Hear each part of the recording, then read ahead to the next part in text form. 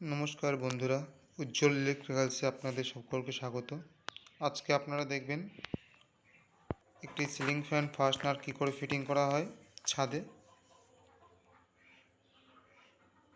প্রথমে আমরা টেপ দিয়ে মাপ করে নেব কোথায় ফাস্টনারটা বসাতে হবে।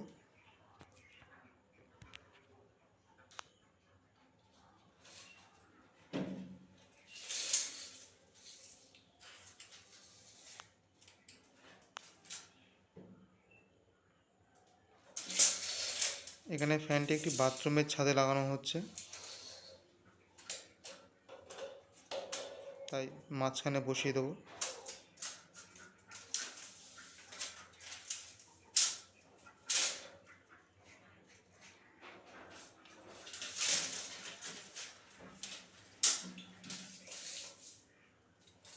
টেপ দিয়ে দুদিকে সেন্টার করে সেন্টারটা বের করতে হবে।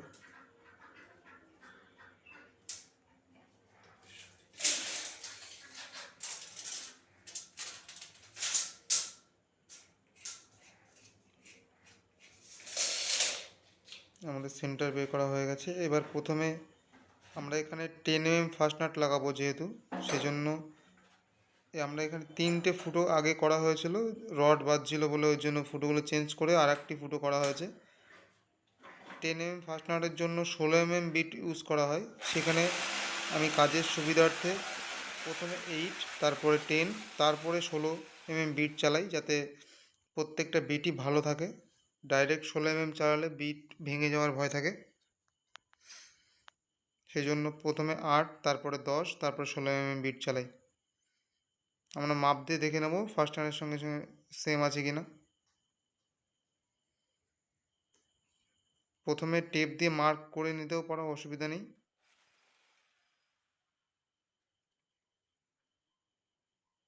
সেজন্য আগে 3টে ফুটো মিস হয়েছে, রড বেঁধেছিল, সেজন্য ওই 3টে ফুটো কোনো কাজে লাগেনি। এবার হাতুড়ি দিয়ে এইভাবে ঠুকে দেবো। আমার কাছে বড় হাতুড়ি ছিল না, 500 বা 1 কেজি হাতুড়ি হলে ভালো হয় ফিটিং করতে। আর যদি ইজিভাবে ঢুকে যায় তাহলে ছোটো হাতুড়িতেও হয়ে যাবে।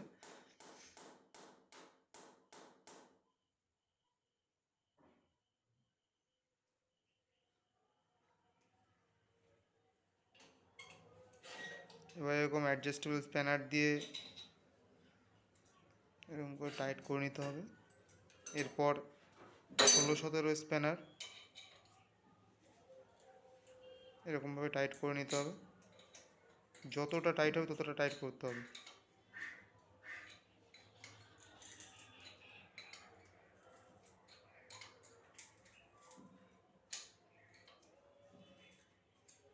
এরপর অ্যাডজাস্টেবলটা দিয়ে স্লাইড রেঞ্চ বলে অনেকে, স্লাইড রেঞ্চ দিয়েও টাইট করতে হবে।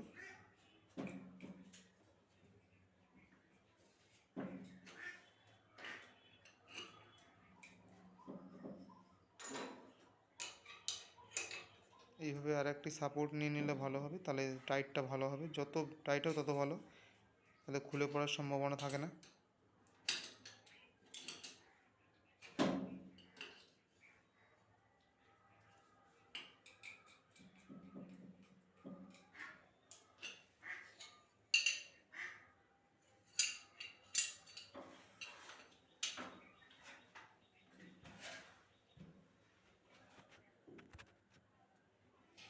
আমাদের ফাস্টনার ফিটিংস হয়ে গেছে।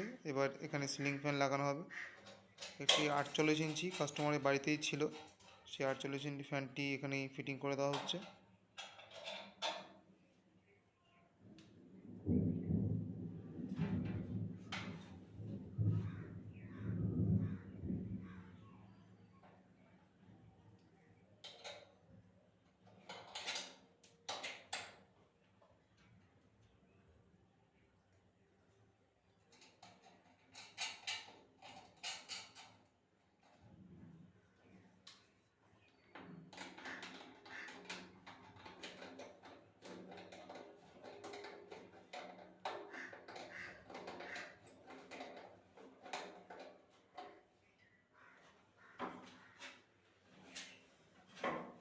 ফ্যান ফিটিং হয়ে গেছে, এবার চালিয়ে দেখে নিতে হবে।